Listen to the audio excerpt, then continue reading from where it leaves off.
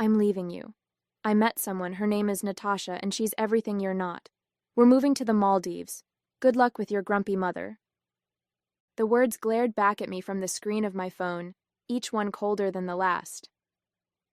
I sat in my mom's hospital room, the faint beeping of machines blending with the hum of the overhead lights. Her breathing was steady for now, her frail body finally at rest after another difficult day. Michael didn't even have the decency to call. Just a text, cruel and dismissive, like the last 3 years of our marriage meant nothing. I'm Jennifer, 33 years old, and up until now I thought I had my life mostly together. My dad passed away when I was in my 20s, leaving behind my mom, who I've been caring for since she got sick. Michael always made it clear that he wasn't a fan of this arrangement. It's not like she's your responsibility, he'd say, rolling his eyes when I had to miss a dinner or cancel plans to take care of her. You need to focus on us, not her.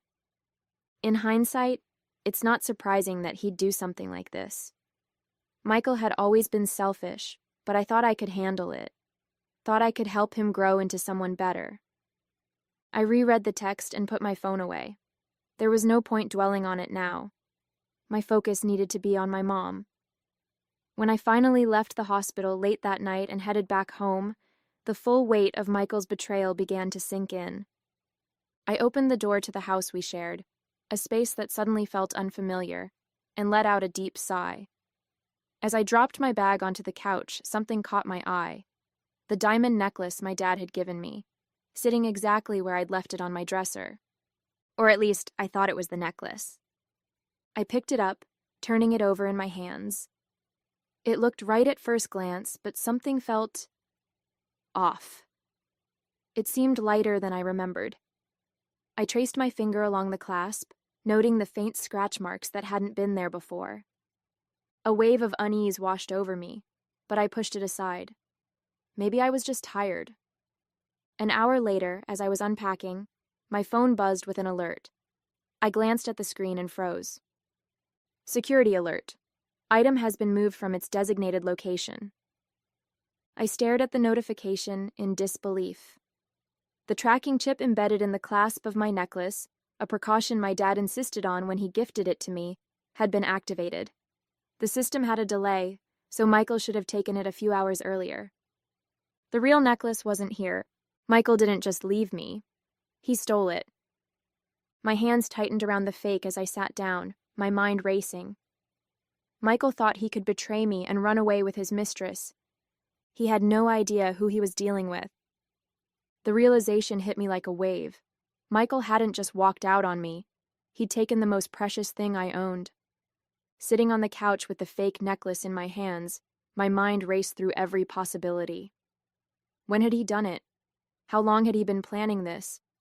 The thought of him sneaking into our bedroom, replacing the necklace with a cheap forgery, made my stomach churn. The diamond necklace wasn't just jewelry. It was my dad's final gift to me, a symbol of his love and pride. Losing him had been the hardest thing I'd ever faced, and this necklace was one of the few tangible pieces of him I had left. Michael knew that. He knew what it meant to me, and he still took it. I opened the tracking app tied to the security chip embedded in the real necklace. The blinking dot on the map told me exactly where it had been taken, a pawn shop 3 miles away. My jaw tightened as the anger began to build. How dare he? The realization settled deeper into my bones. Michael had been planning this for a while. His abrupt text message, the way he didn't even try to justify his actions. It was all part of his escape plan. But the question remained, why? I called the pawn shop, forcing my voice to stay calm. Hi, I'm calling about a diamond necklace that may have been brought into your shop recently. It has a security chip, and I just received an alert about its location. There was a pause before the man on the other end replied, yeah, we had a piece like that come in this morning. A guy sold it. Tall, dark hair, seemed a little jittery. Michael. Do you still have it? I asked, my heart pounding. Not anymore, he said. We reported it to the authorities when we noticed the security chip. It flagged as stolen, so it's out of our hands now. You might want to contact law enforcement. I hung up and stared at the wall, the full weight of the situation sinking in. Michael had not only betrayed me, he had stolen from me and left a trail of evidence behind. My sadness turned into determination. I wouldn't let him get away with this. If he thought he could walk away from our marriage with my father's necklace and live happily ever after in the Maldives with his mistress, he had another thing coming.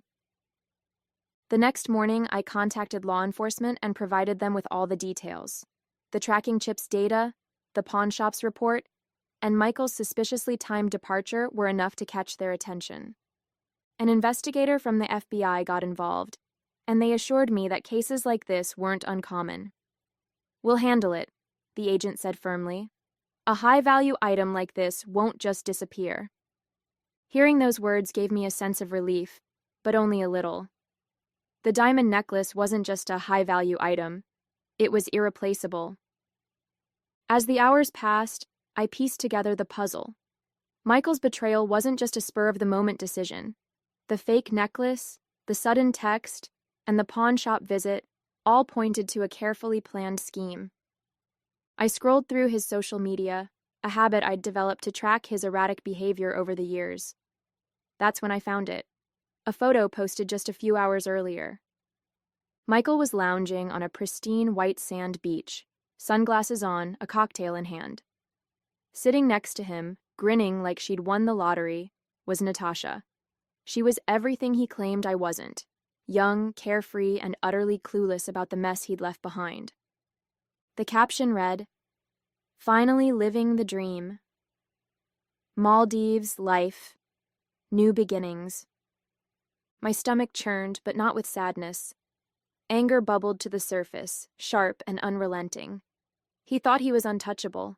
He thought I'd sit here broken and powerless while he lived out his fantasy. But Michael didn't know me as well as he thought. I spent the rest of the day gathering every piece of evidence I could find. Bank statements, messages, even receipts from the pawn shop that the investigator forwarded to me. Each document painted a picture of a man desperate to escape his failures, willing to betray the person who had supported him through every stumble. That evening, the investigator called with an update. "We've traced the funds he received from the pawn shop. It looks like he funneled the money into an offshore account before leaving for the Maldives. We're coordinating with local authorities there to freeze the account and recover the necklace."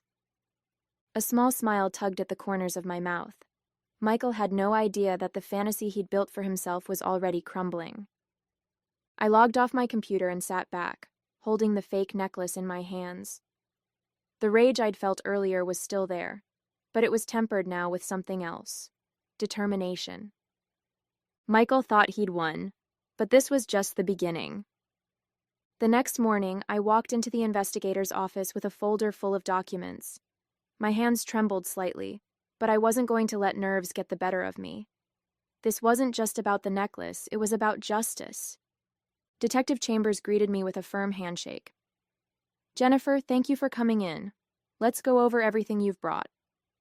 I laid out the evidence meticulously.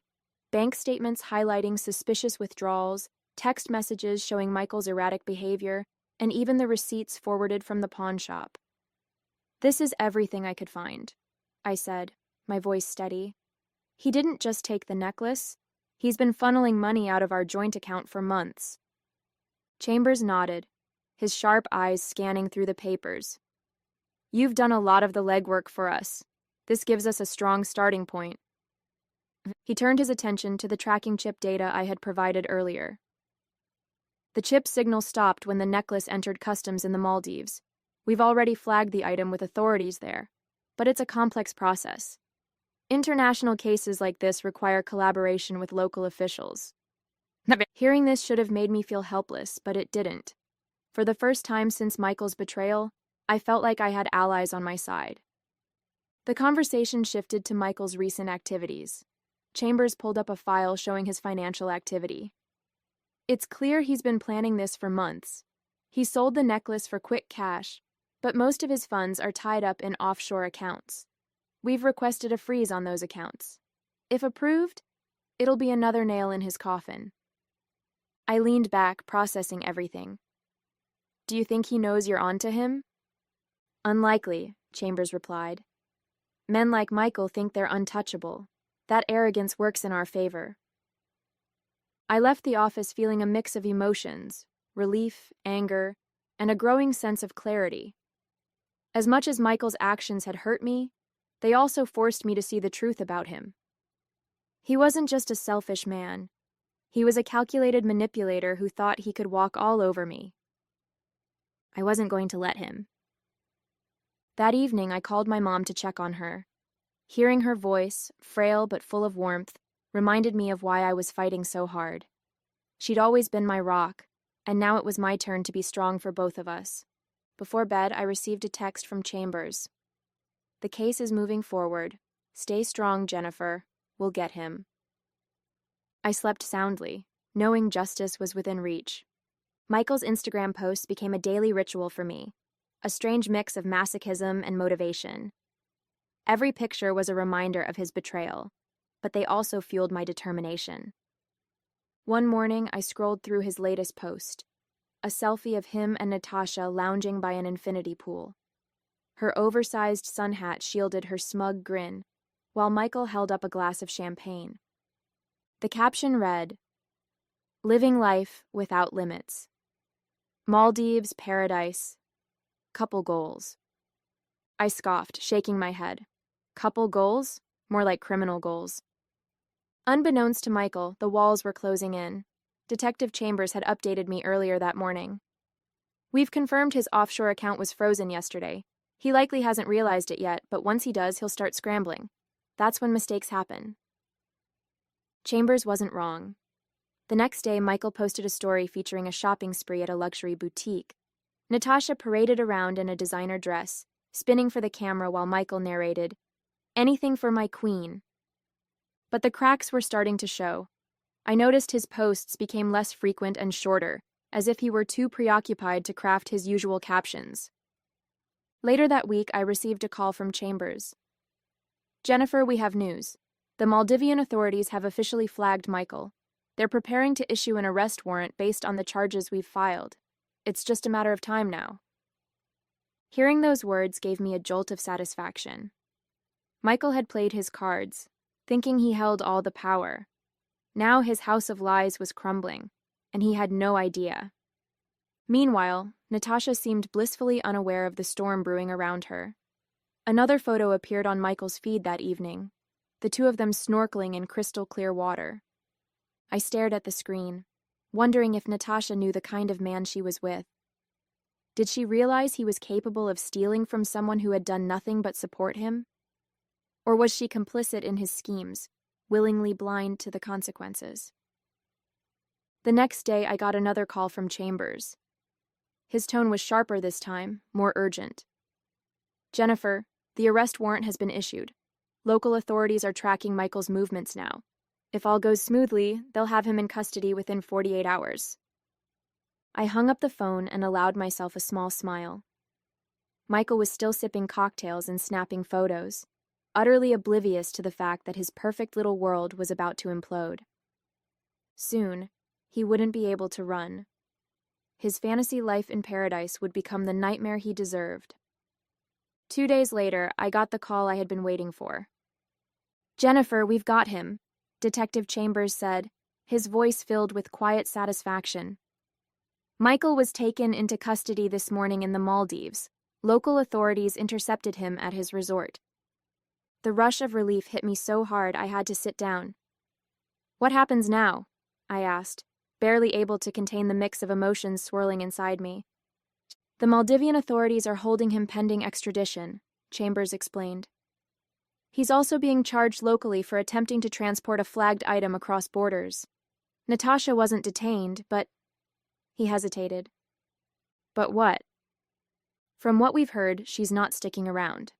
It seems she wasn't thrilled to learn Michael's luxurious lifestyle was built on fraud and theft. Apparently, she left the resort shortly after his arrest." I couldn't stop the laugh that bubbled up. Natasha, the woman who was supposed to be his escape, had abandoned him the moment things got difficult. It was poetic justice at its finest. Later that evening, I saw the fallout for myself. Social media was ablaze with photos and updates. One picture, taken by a fellow guest at the resort, showed Michael being escorted out by 2 officers, his hands cuffed behind his back. He was wearing the same smug sunglasses he'd donned in all his previous posts, but his expression was anything but confident now. The caption read, "Drama at the resort. Some guy got arrested for theft. Guess paradise isn't for everyone." Scandal. I spent the next hour scrolling through the chaos. Natasha had deleted all her posts featuring Michael, her captions scrubbed clean of any mention of their dream life. A few eagle-eyed commenters speculated that she had already flown back home, leaving Michael to fend for himself. It wasn't long before my phone buzzed with a message from Detective Chambers. "The extradition process has begun. He'll be brought back to face charges here. With the evidence we've collected, it's a solid case. He won't be walking away from this." For the first time since this nightmare began, I felt something close to peace. Michael, who thought he could steal my father's necklace, my money, and my dignity, was now sitting in a Maldivian jail cell with nowhere to run. And Natasha? She had distanced herself so completely that it was as if their whirlwind romance had never existed. As I sat in the quiet of my living room, holding the fake necklace one last time, I felt vindicated. Michael's betrayal had shattered my life for a moment, but now it was his turn to face the consequences. The day after Michael's arrest, I woke up to sunlight streaming through my bedroom window. I didn't feel like the weight of the world was crushing me anymore. I stretched out in bed, letting the quiet sink in. Michael was gone, and for once the thought didn't hurt. It felt liberating. The first thing I did was visit my mom. Sitting by her bedside in the hospital, I held her hand and updated her on everything that had happened. "He's finally getting what he deserves," I said softly. My mom, frail but always sharp, squeezed my hand weakly. "You're stronger than you think, Jennifer. I've always known that." Her words stayed with me long after I left. I realized that despite the heartbreak and betrayal, I had stood firm. I didn't let Michael's actions destroy me. I fought back. And now, it was time to start focusing on what truly mattered, rebuilding my life. I started small. I cleared out the house, removing every trace of Michael. His clothes, his cologne, even the tacky souvenirs he insisted on keeping. They all went into garbage bags. With each item I tossed, I felt a little lighter, as if I were reclaiming my space, my sanity, and my identity. I also spent more time with my mom, organizing her medical care and ensuring she had everything she needed. Her smile, though faint, reminded me of why I had fought so hard in the first place. The next step was my career. Michael had drained some of our finances, but I wasn't starting from zero. My savings, combined with the funds I managed to recover, gave me a foundation. I reached out to my former boss, a supportive woman named Ellen who had always believed in me. When I explained my situation, Ellen didn't hesitate. "Come back whenever you're ready," she said. "We've missed having you on the team." Her words were a lifeline. Within weeks, I was back at work, diving into projects that reignited my passion. The familiar routines helped me regain a sense of stability, but this time I set clear boundaries. No more working late into the night to appease Michael. My time was mine and I wasn't giving it away again. I also reconnected with friends I had drifted away from during my marriage. Over coffee and long conversations, I realized how much I had missed these relationships. They reminded me of the person I had been before Michael, someone independent, driven, and full of life. Every evening I spent time journaling, reflecting on my journey. The entries weren't always positive. There were still moments of anger and sadness, but they were honest. Writing helped me process everything I had endured and reminded me of the strength I had found within myself. One night, as I was flipping through old photos, I came across a picture of my dad. He was grinning at the camera, the sunlight catching the necklace that now rested safely in my jewelry box. "I did it, Dad," I whispered, holding the photo close. "I didn't let him win." The next day I made a promise to myself: no more living in the past. Michael's chapter in my life was over. Now it was time to focus on me, my mom, and the future we still had ahead of us. It was a quiet evening when I got the message. At first, I didn't recognize the number. The text read, "Jennifer, this is Natasha. I know I'm the last person you want to hear from, but I need to tell you something. Please call me." I stared at the screen, my initial reaction a mix of anger and disbelief. Natasha, the woman who had helped Michael shatter my life, was now reaching out? The nerve. I debated ignoring it, but curiosity got the better of me. With a deep breath, I dialed the number. She answered almost immediately, her voice trembling. "Jennifer, thank you for calling. I'm so sorry for everything," Natasha began, her words tumbling over one another. I didn't know the full extent of what Michael had done. I didn't respond right away, letting the silence stretch just long enough to make her uncomfortable. "What do you want, Natasha?" She sighed, and I heard something that sounded like genuine regret. "When I met Michael, he told me you were the one who wanted the divorce, that you were controlling, that you prioritized your mom over him, and that you were emotionally cold." I clenched my jaw, the old familiar anger bubbling up. "And you believed him?" "I did," she admitted. "At first. But over the past few weeks, I started noticing inconsistencies. He lied about so many things, Jennifer, about his finances, about why he left you, even about how he got the necklace. When I found out it was stolen, I couldn't look at him the same way." There was a pause, and then she added, "I left him the day he was arrested. I flew back home, and I've been trying to make sense of everything since. I felt like you deserved to know." I let out a bitter laugh. "And what do you expect from me? Forgiveness? Sympathy?" "No," Natasha said quickly. "I don't deserve that. I just wanted to apologize. And to tell you that Michael didn't just hurt you. He hurt me too in ways I didn't realize until it was too late. He's a master manipulator." Her words hung in the air, and for a moment, I considered the weight of them. I didn't trust her, not completely, but I could see the cracks in her confidence. Michael had used her, just as he'd used me. "I appreciate the apology," I said finally, my tone clipped but civil. "But this doesn't change anything. I'm moving on from Michael, and I suggest you do the same." Natasha let out a shaky breath. "I will. Thank you for listening." When the call ended, I sat in silence, staring at my phone. A part of me felt validated. Michael's lies had caught up to him in every way possible, but I wasn't going to dwell on Natasha's words or her remorse. This wasn't about her or Michael anymore. It was about me reclaiming my life. I got up and put my phone away, focusing instead on the future I was building.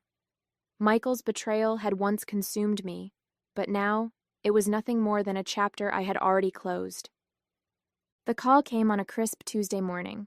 Detective Chambers' familiar voice carried a note of satisfaction. "Jennifer, I have good news," he said. "The necklace has been officially recovered and is being returned to you. It should be back in your possession by the end of the week." For a moment I couldn't speak. Relief washed over me, mixed with a profound sense of closure. "Thank you," I finally managed, my voice steady but full of emotion. "This means more than you know." "There's more," Chambers continued. "Michael's trial date has been set, and with the charges and evidence stacked against him, it's almost certain he'll face significant prison time. Justice is on its way." Hearing those words felt like the final piece of a puzzle falling into place. Michael, who had tried to destroy me, would finally face the consequences of his actions. When I hung up, I sat in quiet reflection. My father's necklace, the one tangible connection to his love and strength, was coming home. Michael's theft had been a desperate attempt to erase my sense of stability, but it had only proven how resilient I truly was. Looking out the window, I felt a surge of pride. I had faced betrayal, fought back, and emerged stronger. The day the necklace arrived, I picked it up from the investigator's office. Holding it in my hands, I felt an overwhelming sense of peace. It sparkled just as brightly as it had the day my dad gave it to me. It wasn't just a piece of jewelry. It was a symbol of resilience, of love, and of everything I had overcome. That evening, I sat with my mom in her hospital room, the necklace resting around my neck. Her eyes lit up when she saw it, a rare moment of clarity breaking through her usual fatigue. "It's beautiful," she said softly, her voice barely above a whisper. "It's home," I replied, taking her hand. As I sat there, an idea began to form. My mom had been through so much, watching her health decline, knowing how much I had sacrificed for her.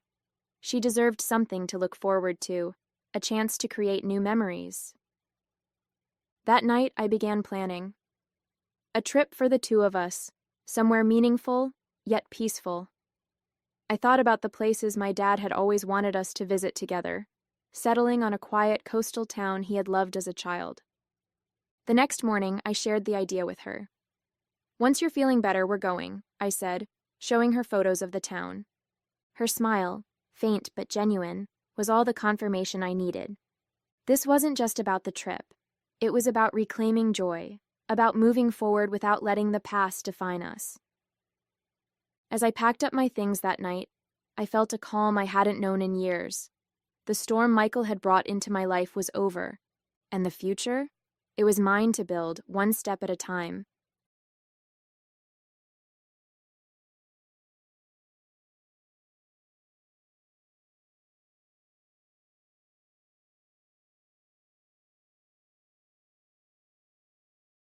Michelle had always believed that love, family, and trust were the foundations of a solid marriage. For years, she put her heart and soul into her relationship with Brad, hoping to build a life that was secure and full of love. But as time passed, she began to notice small cracks in their seemingly perfect life. She had always been a diligent wife, caring for Brad, working hard, and supporting him through every challenge. But despite her best efforts, something seemed to be missing. There was a tension in the air, a distance between them that she couldn't ignore. The turning point came when Brad's mother, Nelda, and his sister Liza unexpectedly moved in with them. At first, Michelle tried to keep things calm, hoping that the new arrangement would work out. But the more she tried to accommodate them, the more she felt like an outsider in her own home. Brad, once a supportive partner, seemed more distant, more aloof. He didn't seem to care that his family's presence was creating an unbearable strain on their marriage. One evening, as Michelle was cleaning up the kitchen after dinner, she overheard a conversation between Brad and Nelda. It was subtle at first, but the words she overheard made her stomach drop. Brad and his mother were talking about their finances, about how Michelle's father had helped them buy the apartment they were living in. Michelle's father had always been kind and generous, but she had no idea that he had given so much. In fact, she didn't even know that Brad had convinced him to buy the apartment without her knowledge. Brad's voice echoed in her ears as he spoke about how her father's money had been used for their benefit. Michelle felt a knot tighten in her chest. Her father, who had always been a strong, proud man, had worked hard for his money. But now, Brad and Nelda were treating it like it was theirs to spend without regard. It felt like betrayal, and Michelle wasn't sure how much more she could take. When Michelle confronted Brad about it, he tried to brush it off. "It was just a little help from your father," he said. "Nothing to worry about." But Michelle's heart sank. She had never asked for help, and she didn't want to live off her father's generosity. She felt humiliated and betrayed, and for the first time in years, she saw Brad in a different light. "You don't get it, do you?" Michelle's voice trembled with emotion. "You've taken advantage of my father's kindness, and now you want to treat me like I'm nothing but a housekeeper." Brad stared at her, a look of confusion on his face, but Michelle didn't care anymore. The truth was out, and she wasn't going to let it slide. She stood there, facing Brad, her eyes filled with anger and hurt. "You've manipulated me, and you've manipulated my father. I can't take this anymore." Brad's face flushed with embarrassment. "I didn't mean to hurt you," he said. but the damage was already done. Michelle couldn't look at him the same way anymore. The man she had once trusted had become a stranger, a man who cared more about money than love, a man who had betrayed her trust in ways she never thought possible. As the days passed, the tension in the house grew. Michelle couldn't stand being in the same room with Brad, and his mother Nelda only made things worse. She constantly undermined Michelle, belittling her and making her feel like an outsider in her own home. Michelle had always tried to be patient, to play the role of the dutiful daughter-in-law, but she realized now that she had been nothing more than a pawn in Brad and his family's game. Michelle had had enough. She couldn't keep living this way. So, one morning, she made a decision. She was going to take control of her life. She was going to stand up for herself and take back what was rightfully hers. It wasn't just about the apartment or the money. It was about her dignity, her self-respect. With a deep breath, Michelle walked into the living room where Brad and Nelda were sitting. "I'm selling this house," she said firmly. The words hung in the air, and for a moment, no one spoke. Brad's eyes widened in shock, while Nelda's face turned red with anger. "What do you mean you're selling the house?" Brad asked, his voice filled with disbelief. "This house was bought with my father's money," Michelle replied. "And I'm the one who inherited it. It's mine now, and I'm putting it on the market." The silence in the room was deafening. Brad's jaw tightened as he tried to process what Michelle had just said. Nelda's face contorted with fury. "You can't do this," she cried. "You can't just throw us out like this." Michelle stood her ground. "I'm not throwing anyone out," she said. "But you don't have a right to stay here. This isn't your house. It's mine. And I'm done with all of you." Brad opened his mouth to protest, but Michelle cut him off. "Don't even try to manipulate me again. I'm done being your pawn. I've had enough of your lies, your deceit, and your betrayal." Brad's eyes flickered with guilt, but he still didn't understand. He was still trying to hold on to something he had no right to. Michelle's anger burned inside her, but there was also a deep sense of relief. For the first time in years, she felt free. But the confrontation didn't end there. As Michelle's relatives began to pack her things and prepare to move everything to her new house, Brad and Nelda became more desperate. Brad tried to make excuses, to guilt Michelle into staying. "I love you," he said, his voice barely audible. "Please, don't do this. We can work things out." But Michelle knew better. She had been through too much, and the man standing in front of her was not the one she had married. He had betrayed her trust, manipulated her father, and now he was trying to manipulate her one last time. "I don't believe you anymore, Brad," Michelle said coldly. "I'm done." Brad's face turned pale, and he looked as if he might collapse. But Michelle didn't care. The tears in his eyes meant nothing to her now. What mattered was her own happiness, her own freedom. As the last of her belongings were packed, Michelle took one final look around the house. It had once been a place of comfort and warmth, but now it felt empty, cold, and lifeless.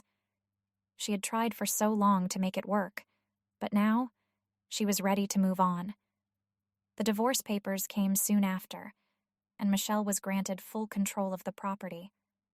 Brad, once so proud and confident, was left to deal with the consequences of his actions.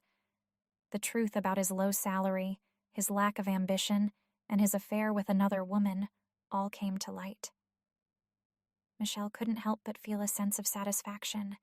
She had done the right thing. But even after the divorce, Brad wasn't done. 3 months later, he reached out to her, asking if they could get back together. Michelle shuddered at the thought. There was no going back now. She had worked too hard to get where she was. She had fought for her freedom, and she wasn't about to throw it away for a man who had shown her nothing but disrespect. Brad's attempt at reconciliation felt pitiful. He had lost everything: his job, his family, his dignity, and now he was trying to crawl back to her. Michelle couldn't help but feel disgusted by him. The final blow came when Brad and his mother reached out to her for money. "Please, Michelle," they begged, "can you lend us some money? We have nothing left. Michelle's heart hardened. I don't have money to lend, she said firmly. You treated me like an outsider for so long. You don't deserve anything from me. It was the final nail in the coffin. Michelle had been more than generous, more than patient. But now she was done. She was done playing the role of the dutiful daughter-in-law, the one who always sacrificed her own happiness for the sake of others. It was time to put herself first. As she moved into her new apartment, Michelle felt a sense of peace settle over her. It was small, but it was hers, and that was all that mattered. She had her daughter, Helen, by her side, and together they were building a new life. A life that was free from the manipulation, lies, and betrayal that had once held her back. The smell of fresh meat and potatoes filled the air as Helen sat down to dinner, her eyes sparkling with joy. I love your cooking, Mom, she said, savoring every bite. Michelle smiled. I'm glad, sweetheart, she said, her heart swelling with pride. I'm glad we have each other. And in that moment, Michelle knew that she had made the right choice. She was free. Free from the past, free from Brad and his family, and free to live the life she deserved. A life of peace, happiness, and love.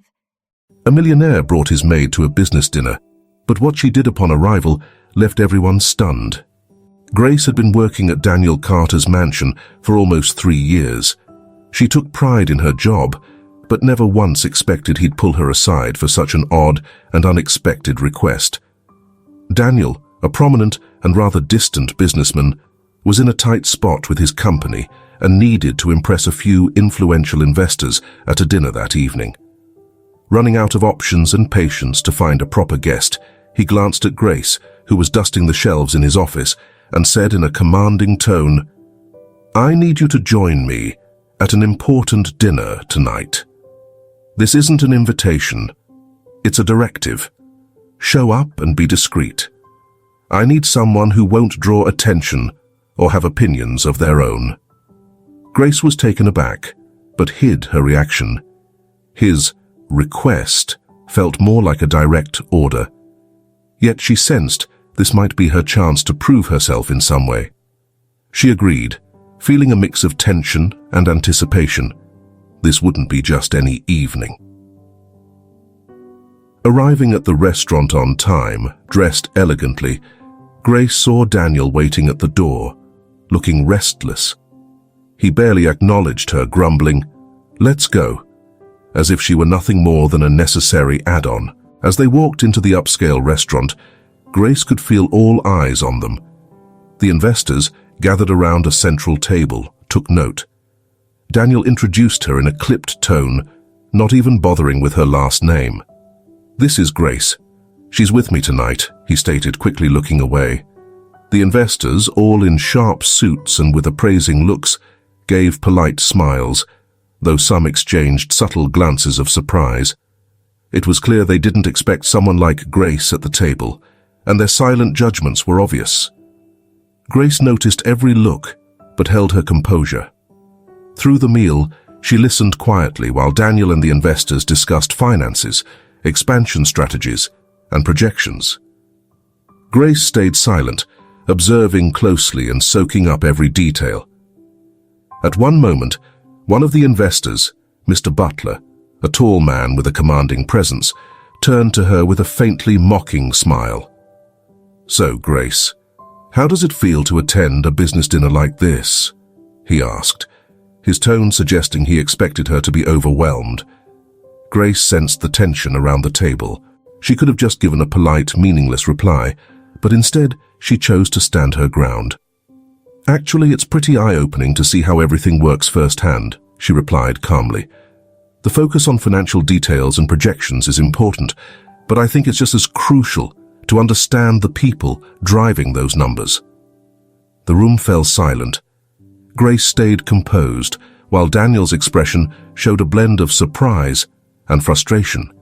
She had just demonstrated she had a voice, something he had instructed her to suppress. Mr. Butler, caught off guard by her boldness, let out a brief, amused chuckle. "An interesting perspective," he said, while the other investors looked at her with a newfound interest. Daniel's expression tensed, as he became obviously annoyed by the attention Grace was starting to get. The evening was turning out to be anything but low-key, completely contrary to his plans, yet Grace seemed to be discovering her own voice in a setting that, until then, hadn't seemed welcoming. As dinner continued, she held her ground, even as Daniel grew more unsettled. She was at the table, and he avoided looking at her directly. But Mr. Butler only seemed more drawn to involving Grace in the discussion, perhaps because she was the only one defying expectations in this setting. When the conversation shifted to social responsibility, a topic that seemed to make Daniel even more uncomfortable, Grace saw a chance to speak up. "Has Mr. Carter given thought to social initiatives within his company?" Mr. Butler asked, glancing slyly at Daniel. Daniel hesitated, looking uneasy. Before he could offer a vague reply, Grace, keeping her composure, responded directly. "I believe social initiatives are a way for a company to give back to the community that supported its growth. After all, there's more to business than just profit. It would be a meaningful move." Silence settled over the room, with every gaze fixed on Grace. Rather than retreating, she kept a calm and composed expression, standing firm on her principles. To her, this was about staying true to herself. Mr. Butler, clearly impressed, offered a smile. "Exactly my thoughts, Grace. You don't hear that kind of honesty around here often," he commented, intentionally challenging Daniel. Daniel's face tightened. He had brought Grace to this dinner, expecting her to blend into the background, but now she was drawing attention he hadn't anticipated. Irritated, he decided to steer the evening in a different direction. "It's easy to have opinions when you're not the one making tough leadership decisions." "Grace," he said, with a slight dismissive smirk, "don't you think you're speaking on something beyond your experience?" Grace met Daniel's gaze, recognizing the challenge in his tone, yet she stood her ground. "Maybe I don't bear the weight of leadership decisions, but I understand their impact. Sometimes, those who aren't at the top have a clearer view of what's happening below." Her response was bold and caught everyone off guard. Her confidence made Mr. Butler chuckle, and the other investors exchanged admiring looks. Grace's poise had quickly shifted the atmosphere of the evening, leaving Daniel in stunned silence as he struggled to regain control. Though he masked his discomfort, it was clear he felt undermined. To Daniel, this was a betrayal. When the dinner wrapped up, he didn't wait for Grace, walking out ahead and leaving her on her own. But Grace didn't mind. She knew she'd stayed true to herself, and her voice had been heard. That was what mattered. Yet she had no idea that Daniel wouldn't let the events of that night slide. Back at the mansion, Daniel's frustration was barely contained. The moment Grace entered, he summoned her to his office, forgoing any pleasantries. His eyes were dark with anger. "What were you thinking, Grace?" he snapped, hardly waiting for her to sit. "I invited you to support me quietly, not to steal the spotlight." Grace, still composed despite the intensity of the evening, kept her calm. She knew this conversation wouldn't go well, yet she stood by her actions. "All I did was answer a question, Mr. Daniel. I simply shared my opinion," she said, her voice steady. "Opinion?" He shot her a scornful look. "You're a housekeeper, Grace. You're not paid to have an opinion at a business dinner." You crossed the line, overstepped completely. She held her breath, feeling the sting of his words. Daniel couldn't grasp her drive or her desire to prove she could offer more than her assigned role. To him, she'd always be just the housekeeper. "If my presence bothered you so much, why bring me along?" Grace asked, her voice steady but unyielding. "Don't start with that. You were there to work and stay quiet. That's part of your paycheck," Daniel replied, his tone icy and final. "Consider this your last day. You're fired." His words hit like a final blow, but Grace kept her composure, refusing to show how much it hurt. She simply nodded, preserving her pride, stood up, and walked away.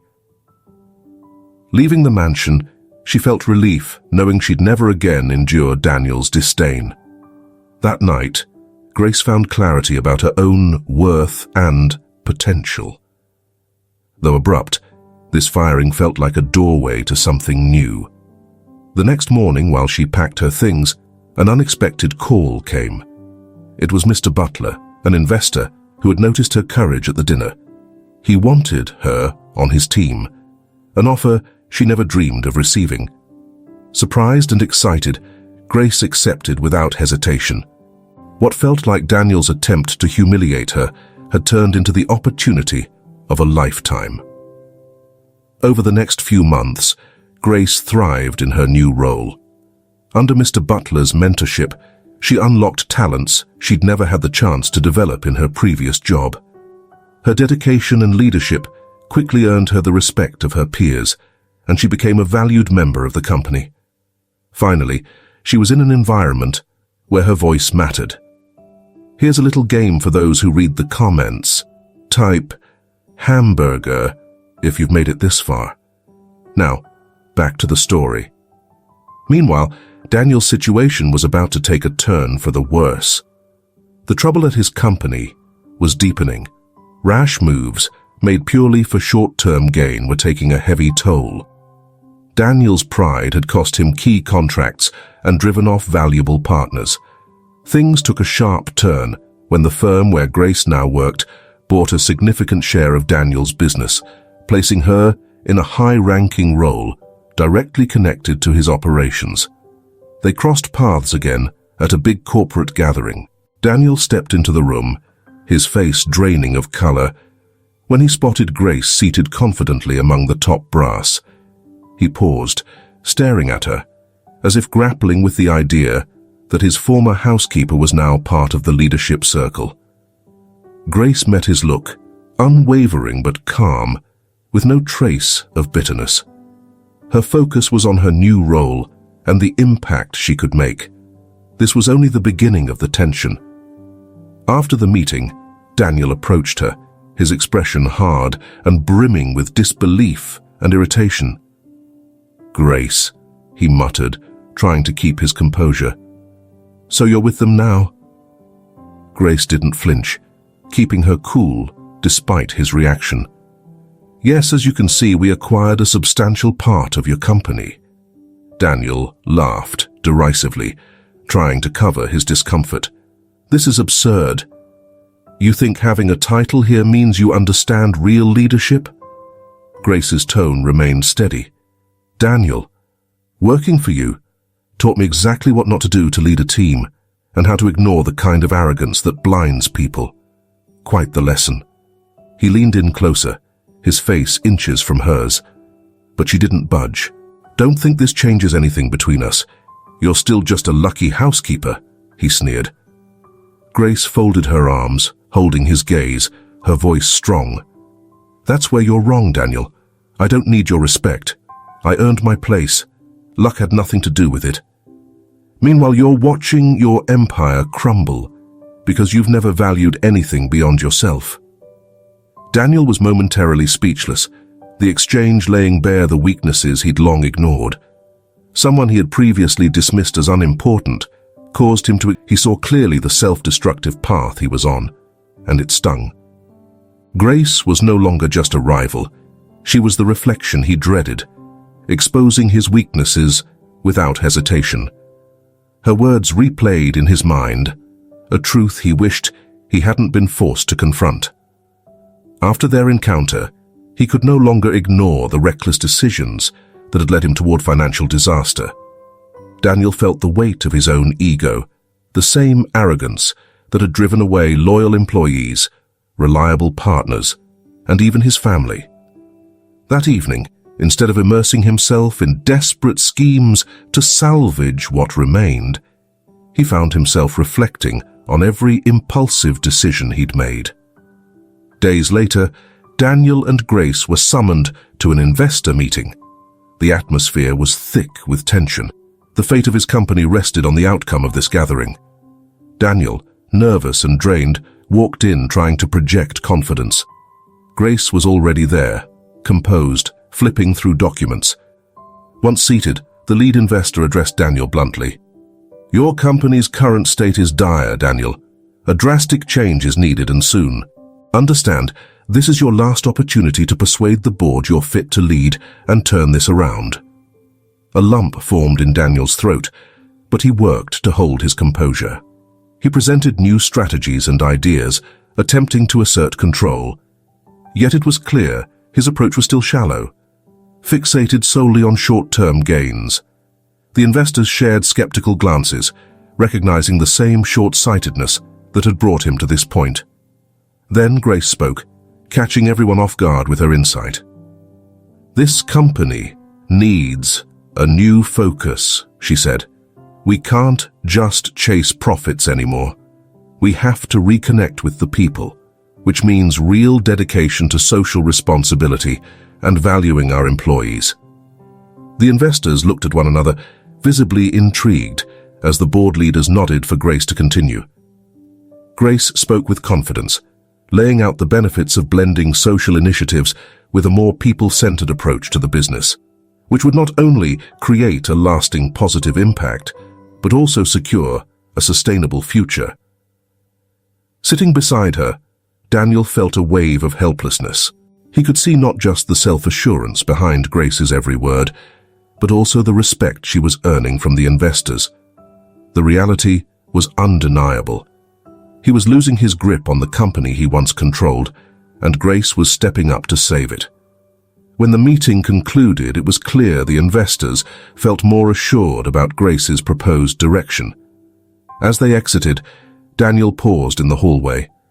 Grace noticed and turned back to him. "Why are you doing this?" he asked, his tone laced with disbelief. "Why would you help me save this company?" Grace met his gaze, taking a steady breath before responding. "Because, unlike you, I believe in people, Daniel. And even more, I believe this company has a future, whether you're in it or not." Her words struck him like a cold shock, leaving him silent as their meaning sank in. For the first time, Daniel felt something beyond his usual pride and independence. He felt a genuine need to change, to become a better person. Grace gave him a brief look before she walked away.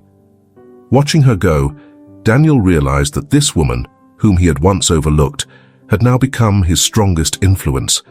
He couldn't shake her words from his mind.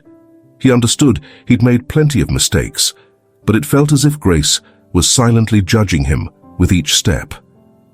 While he yearned to prove he could improve, he also saw Grace as a reminder of everything he hadn't achieved. The tension between them grew thicker each day. Grace's polished professionalism and insightful comments often cut through his intentions before he could voice them, and this unnerved him. That week, a critical meeting was scheduled with the board of investors. With the company's finances hanging by a thread, Daniel knew a single misstep could mean disaster. He was determined to show strong leadership and, just maybe, demonstrate to Grace that he still had something valuable to offer. On the day of the meeting, Grace arrived early, meticulously preparing the presentation. Daniel, meanwhile, had crafted a separate speech, something he planned to introduce mid-meeting as a bold move. He was convinced this approach would be enough to impress the board and prove his commitment. As the meeting commenced, Grace laid out her plan to secure steady growth while safeguarding resources. Daniel noticed that the board seemed to lean in her favor. Despite this, he held firm to his own vision. "I get where Grace is coming from," Daniel said, interrupting just as she reached a key point in her presentation. "But I believe we should be bolder with our expansion. We need to make it clear to the Mikolet that we're stepping into a new era." Grace looked at him, a blend of surprise and disappointment in her expression. She knew he was making a statement, but this was not the time for personal ambition. Keeping her voice steady, she replied, "Daniel, you remember that this aggressive approach has led us into trouble before. Our focus now is restructuring, putting our mission above rapid growth." The board watched the back and forth with interest, visibly divided, but Daniel, unwilling to concede, pressed on. "Grace, I understand your caution, but without taking risks, we'll settle into mediocrity that will eventually drag us down. The company needs to stand out and show results." Grace kept her calm, shaking her head. "The company needs stability, Daniel. The communities we're working with rely on a sustainable approach. We're beyond the point where we act based on the personal agendas of our leaders." The tension was thick in the room. Some members of the board exchanged approving looks with Grace, while others seemed open to Daniel's arguments. Mr. Lindsay, the board president, finally intervened, asking both to bring a unified proposal to the next meeting. Grace nodded, her expression composed, but Daniel felt a twinge of defeat. He realized he was losing his grip on the company he had once built. That evening, he stayed late at the office, poring over financial statements, trying to reframe his proposal in a way that would make it more appealing. His mind buzzed with ideas, but each one seemed to risk the project's integrity. Then, a message popped up from an old acquaintance, a businessman offering a substantial investment in exchange for a minor role in shaping the company's community projects. To Daniel, it looked like the perfect solution. He'd secure the needed funds and prove to Grace that he too could act in the company's best interest. Without consulting Grace or the board, he arranged a meeting with the potential investor. The following day, he laid out his ambitious growth plans, and within just a few hours, he sealed an initial deal. Daniel felt victorious. Finally, something tangible to showcase his leadership potential. But Grace's reaction was anything but supportive. As soon as she found out about the deal, she headed straight to Daniel's office. He was on a video call with the new investor, animatedly discussing expansion ideas. When he saw Grace walk in, his stomach twisted uncomfortably. She looked furious, and he knew he was in for it. When the call ended, Grace folded her arms, fixing him with a glare that made his pulse race. "You made a deal without the board's approval. How could you?" Daniel took a steadying breath, ready to explain his side. "Grace, this was an opportunity. We need this funding to grow. I'm trying to protect the company just like you." She shook her head, clearly frustrated. "Protect the company? Do you even realize the risk you've taken? This investor now has influence over our community projects. What happens when he starts steering them in his own direction?" Daniel tried to keep his composure. "It's a manageable risk, Grace. He only has a minor stake. Nothing more." Her eyes narrowed. "And what about our commitment to putting people first, to being transparent? This isn't the kind of leadership we agreed to pursue." Her words struck him like a blow, leaving him feeling exposed, vulnerable, and resentful of Grace's constant disapproval. "Why do you always expect me to mess up? I'm doing my best, Grace. I want to do the right thing." Grace took a deep breath, her gaze softening slightly, but her voice stayed firm. "It's not about hoping you fail, Daniel. It's about you understanding the consequences of your actions. Leadership isn't only about big moves. It's about accountability. Acting behind the scenes just shows that you still don't get that." Daniel looked away, feeling the weight of her words sink in. Maybe I'll never understand it the way you need me to, Grace." She nodded, as if she'd already prepared herself for that answer. "Maybe. And until you do," she replied, "you'll just keep breaking those same promises. Believe me, that's a weight no one can bear forever." 2 weeks later, The board convened to review a deal Daniel had pushed through without their approval. Concerns about the deal's potential impact were heavy in the air. When the meeting began, Grace wasted no time voicing her objections. This contract Michael's a departure from the values we've worked hard to uphold.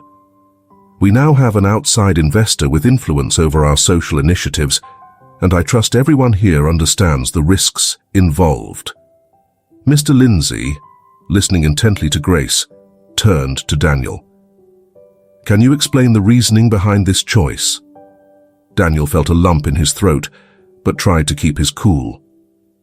I believe this investment could offer the financial stability we need to expand and ensure the project's long-term sustainability. The board president interrupted with a hard tone. Daniel, this isn't just about money. We have a mission here that can't be compromised. You acted rashly. Daniel felt the pressure rising. He glanced at Grace, whose face showed nothing but disappointment. It hit him. He hadn't just lost the board's confidence. He'd squandered his last chance to prove he could change. At the meeting's close, the board agreed to review Daniel's authority, possibly limiting his role in future decisions. He left the room in silence, defeated. In that moment, he recognized that if he was serious about changing, he'd have to set his pride aside. Grace wasn't just challenging his choices. She was offering him a new way to lead. And for the first time, Daniel began to see that the type of leadership he'd practiced had no place here anymore. Back home after the meeting, Daniel found himself on the brink of an emotional breakdown. His home, once a symbol of success, felt hollow and cold. He had invested years in building a solid career, crafting a powerful reputation, and now everything seemed to be slipping away. He understood it wasn't the board or Grace to blame. The fault lay with his own actions. Everything he and Grace had tried to build was now crumbling because of his impulsive, stubborn decisions. There was no more running from the truth. The same selfish impulses had always driven Daniel, who made snap decisions without taking anyone else into account. His behavior was isolating him not only from his team and the board, but most importantly, from Grace. Daniel arrived at the office early the following morning, weighed down by a profound sense of emptiness and regret. He knew he needed to understand the true motives behind his actions. He sat down in his office amid a mountain of reports and memos, facing his own reflection rather than Grace or the board. For the first time, he began to really question his choices. Grace's words from the recent meeting echoed in his mind. She had challenged his perspective, not just as a CEO, but as a person. "You're still treating this company like it's only about profit," she had said.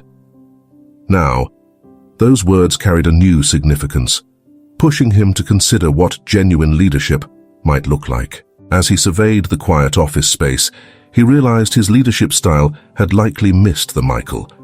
Maybe he had only been playing a part, the role of a ruthless, profit-driven businessman who believed numbers alone defined success. But now, as he grappled with the potential loss of his role and the trust of those he once led, he started to see that leadership had to transcend the numbers on a balance sheet. That afternoon, Grace appeared at his door. Her expression was firm, but there was a softened edge he hadn't noticed before. Perhaps she was seeing a different side of him. Exhausted by all the conflicts, Daniel chose honesty. "Grace," he began, his voice unsteady, "I know I've made some serious mistakes. I realize now how my choices have hurt others, maybe in ways I can't fully repair. And I get it, if you think it's too late for me to try." Grace stood in silence, arms crossed, watching him, but there was something in her stance, a willingness to listen. "It's a start, Daniel," she replied, her tone softer than before. "But admitting mistakes isn't enough. What are you planning to do about it?" Daniel took a slow, deliberate breath, feeling the weight of her question. He'd considered it, but he didn't yet have all the answers. "I don't know, Grace," he admitted, "but I can't keep going down the same path." She nodded thoughtfully. "That's right. Real change is something you have to work on every single day. Learning to listen and understand that leadership isn't about always holding the reins. It's about serving others. Can you still commit to that?" Daniel gulped. "Yes, I'm willing, but I don't know if I can manage it by myself." Grace offered a slight smile, as if she saw a glimpse of possibility. "No one can, Daniel," she replied. "That's why real leadership thrives on partnership. You have to be able to rely on others. You need to understand you can't carry it all solo." Her words reverberated in his mind. Daniel realized he had spent years attempting to control every detail, believing that trusting others would only weaken him. But now, facing his own limitations, he began to wonder if perhaps trust was the missing piece in his leadership approach. After a quiet moment, Grace continued, "If you genuinely want to transform, there's a path forward, but it won't be easy. It's going to require you to let go of everything you think you know about leadership." Daniel looked up, sensing a real glimmer of hope. "I'm ready. Whatever it takes, show me how I can make a difference." Later that week, Grace took Daniel to his first outreach project under the company's new community initiative. The program was focused on helping women in tough situations build skills and find work. For Daniel, accustomed to the comfort and formality of the corporate world, the grassroots setting felt starkly different. During one session with the women involved, he found himself surrounded by people he never imagined he'd sit beside. Single mothers, survivors of abusive relationships, and others striving to keep their families afloat. As he listened to each story, Daniel felt the weight of every word. This wasn't about revenue or spreadsheets. It was about people, about lives where every dollar and each opportunity mattered. As the session wrapped up, an elderly woman approached him. "You're Mr. Daniel Carter, right? The one whose company is funding this program?" she asked, her voice steady. Daniel, feeling a bit uneasy, nodded. "Yes, that's me." She looked at him for a lingering moment. "My son worked for your company years ago. He was let go without notice after years of loyalty. It crushed him. He lost his drive, you know." Daniel felt a pang in his chest, a mix of regret and shame. "I'm sorry," she said, shaking her head slowly. "Maybe you never took the time to understand, but seeing you here today, I think something might be different. I hope this change is real," she added, leaving Daniel feeling vulnerable and exposed. Her words struck him as an undeniable truth, one that made him confront his past actions. For years, he'd caused pain without ever realizing it. He was exactly the type of businessman Grace had described, someone blind to the true worth of people. Back at the office, still processing what he'd experienced, Daniel sought out Grace and thanked her for bringing him to the project. "I really get it now, Grace," he said, with genuine appreciation. Grace looked at him, her gaze softened with understanding rather than her usual coolness. "This is just the beginning, Daniel. Change requires time and effort. But as you keep at it, you'll start to realize that true leadership is about serving others." That same week, Grace encouraged him to attend a meeting with the team working on the project. It was a chance for him to hear out their concerns and ideas, something he'd rarely taken time for before. Walking into the room, Daniel felt the weight of their eyes on him. Some looked wary, others hopeful. He knew he had to earn their trust back, and fast. Grace nudged him to say something, but he paused, realizing that listening might be the best first step. The meeting started with each team member sharing their thoughts on the project's direction. Michael, an idealistic and committed young team member, spoke up about the struggles they faced due to limited resources and the demand for quick results. "We need steadiness, Daniel," Michael said, his tone respectful but resolute. "This project isn't some short-term investment. The people we're helping depend on us, and that takes patience and dedication." Daniel listened intently, feeling the weight of his past decisions. He understood that Michael, like Grace, cared deeply about the project's success, but wanted it built on a foundation of long-term support. For the first time, Daniel found himself wanting to understand their perspectives rather than pushing his own. After the meeting, he resolved to become more involved in the project, not as a leader, but as someone willing to learn. He wanted to see the real-world impact of his decisions. Grace joined him on visits to some of the communities they supported. During one visit, he met Julia, a young mother who'd found new hope through a training program that allowed her to secure a job and support her daughter. She spoke with heartfelt gratitude about how the project had transformed her life. Daniel felt a tightness in his chest as he listened, realizing that her story was a powerful reminder. He wasn't just managing numbers on a screen, but working with real lives, people who had stories, struggles, and hopes. This was more than just a project or another step on his career ladder. Seeing the meaningful change Grace had championed opened his eyes. He now understood that the true measure of success wasn't in statistics, but in the lives transformed by the project. Back at the office, he approached Grace with a new sense of gravity and resolve. "You were right, Grace. I treated this as a tool, something to polish my image and propel me forward. But today, I saw just how misguided I was." Grace watched him, taking in his words carefully. "So, what do you intend to do about it?"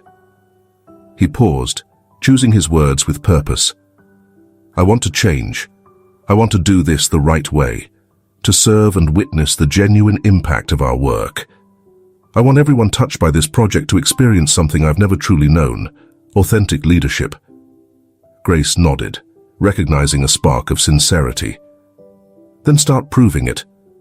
In every decision, every interaction, show us you're serious, not just in words, but in action."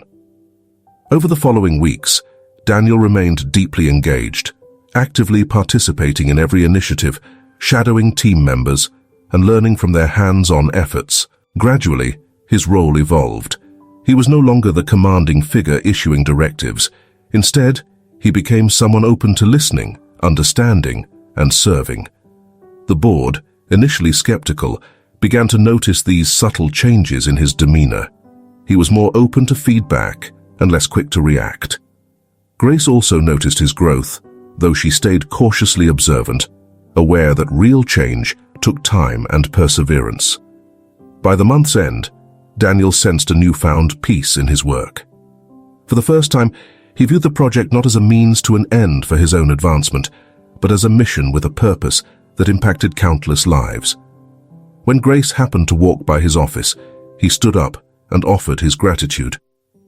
"Thank you, Grace, for not giving up on me, even when it seemed like I'd never get it." She gave a slight smile. "Leadership is a journey, Daniel, but if you're committed, I believe you'll find what it's truly about." With this fresh outlook, Daniel felt truly prepared for a path of meaningful and impactful leadership. He threw himself into the project with a dedication that astonished those around him. In the weeks after the crisis, he made it his mission to master every aspect of the work, from weekly community check-ins to scrutinizing financial reports down to the last detail. Rather than treating the project as just another investment, Daniel began to see it as a purpose-driven mission.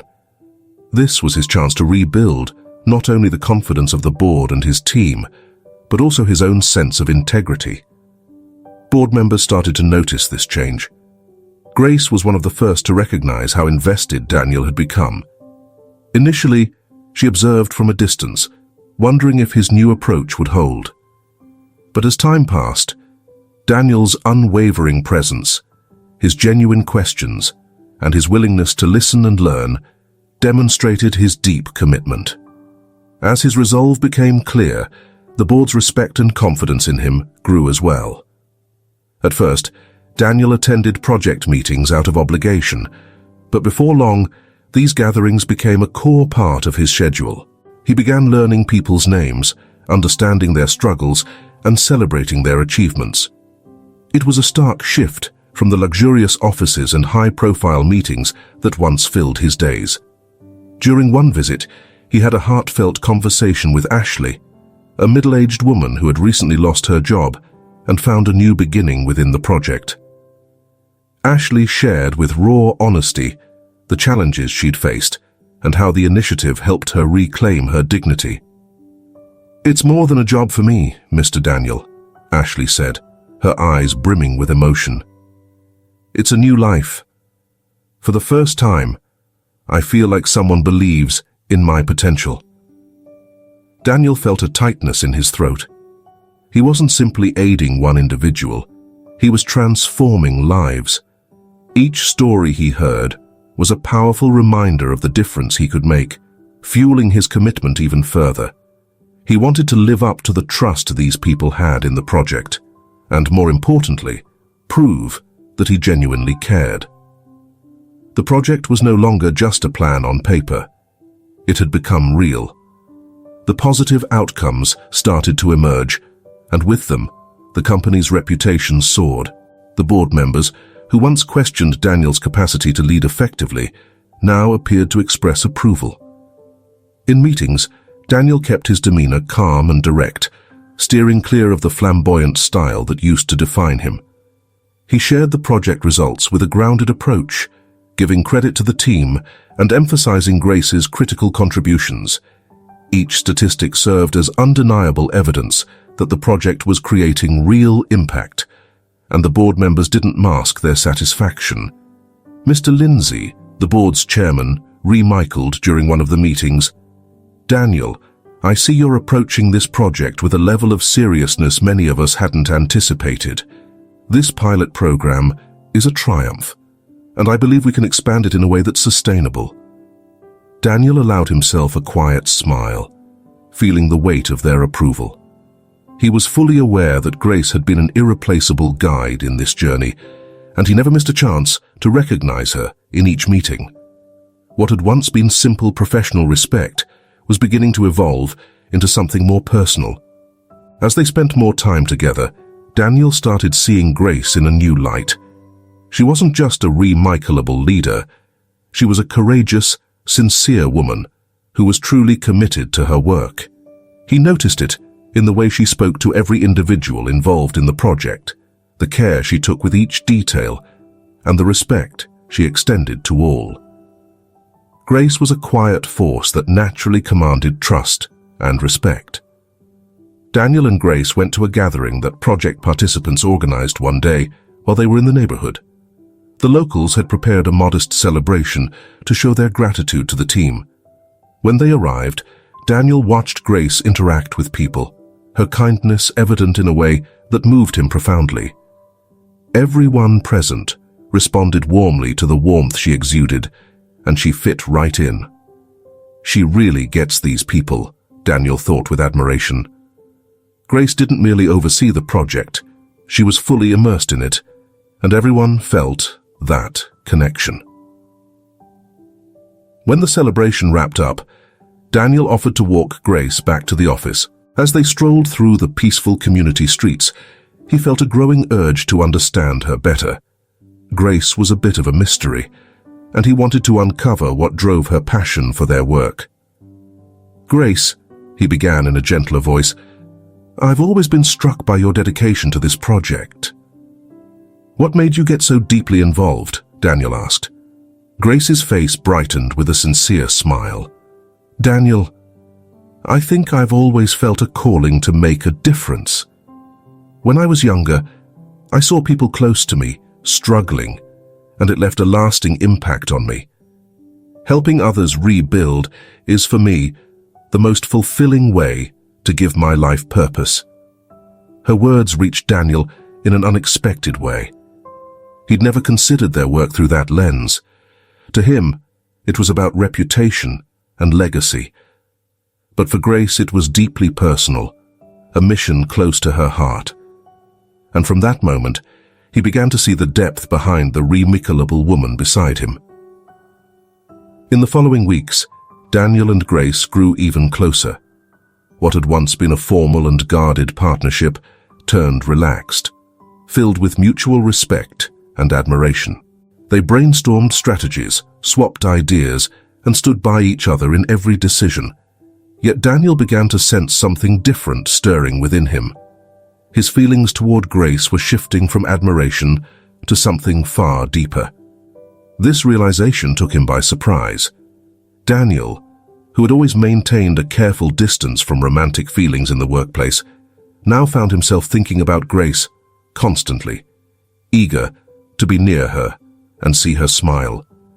She brought a calm but energizing presence, someone who motivated him to grow and to press forward. One evening, after a long meeting, they lingered in the office, talking about the future of the project. What started as a professional discussion turned personal, and Daniel took the opportunity to share his gratitude. "Grace, I owe you so much for what I've learned these past months," he said earnestly. "Before, I thought success was all about control and expansion. But you've shown me that the real value lies in creating something meaningful." Grace turned to face him, clearly moved by his words. "It means so much to know that, Daniel. Seeing this growth in you has been one of the most rewarding experiences of my life." Their eyes met, and for a brief moment, the air between them felt charged with something unspoken. Daniel felt an impulse to move closer, but held back, aware of the professional boundary they shared. Yet, he knew that what he felt for Grace was genuine and real. As time went on, Daniel felt increasingly captivated by Grace. He began noticing all the small things, her smile when something touched her heart, the way she inspired those around her, and the dedication she had for their project. Grace was different, someone who added a layer of meaning to his life that he hadn't known before. One evening, after hours at the office while they were going over some final reports, Daniel, almost without realizing it, blurted out, "You know, you're one of the most incredible people I've ever met, right?" The sincerity in his voice clearly surprised Grace, who gave a soft laugh. "Thank you, Daniel," she replied, "but I think you've changed too, and you've become someone worth admiring." Her words echoed in his heart, and he realized he was genuinely in love. This wasn't just another passing attraction. It was a deep respect and a shared vision with Grace, a desire to build something meaningful alongside her. As he walked home that night, Daniel felt a profound shift. Grace had not only changed his work life, but had touched his heart in a way that made everything feel different. From that moment, he knew that regardless of what lay ahead, his life was forever altered. The days went by, and Daniel and Grace grew closer. Their professional partnership began evolving into a deeper connection, a closeness that grew with every encounter. Daniel, once driven purely by ambition, now felt himself opening up to moments of honesty and vulnerability with Grace. He felt lighter, more alive, and for the first time, truly whole. Grace, too, saw these changes in Daniel. Spending time with him, she noticed how much he'd grown into someone genuinely admirable. His transformation wasn't a show, it was real, and that drew her to him in a way she hadn't expected. She admired his commitment to creating something significant, and slowly, her heart began to open to him as well. In the weeks that followed, Daniel looked for little opportunities to be close to Grace. He'd invite her for lunch after meetings. Daniel felt a rush of tenderness and longing he couldn't ignore.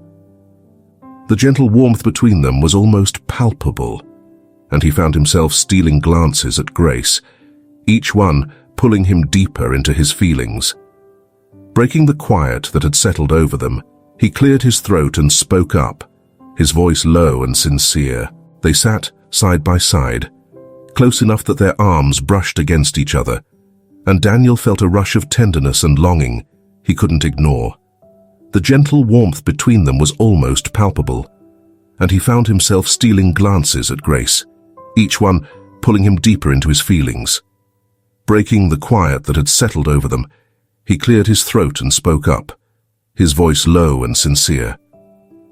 "I just wanted to thank you," he said, surprising even himself with the weight of his words. "For everything. For teaching me. For seeing something in me that I couldn't see in myself, even when I didn't deserve it." Grace looked at him, her expression softening as she listened to the gratitude in his voice. For a moment, she seemed taken aback, as if she hadn't realized how much she'd truly impacted him, but then her face relaxed into a gentle smile.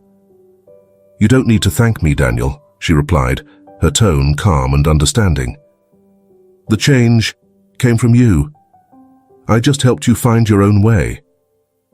Daniel smiled back, but there was more he had to say, something he could no longer keep bottled up.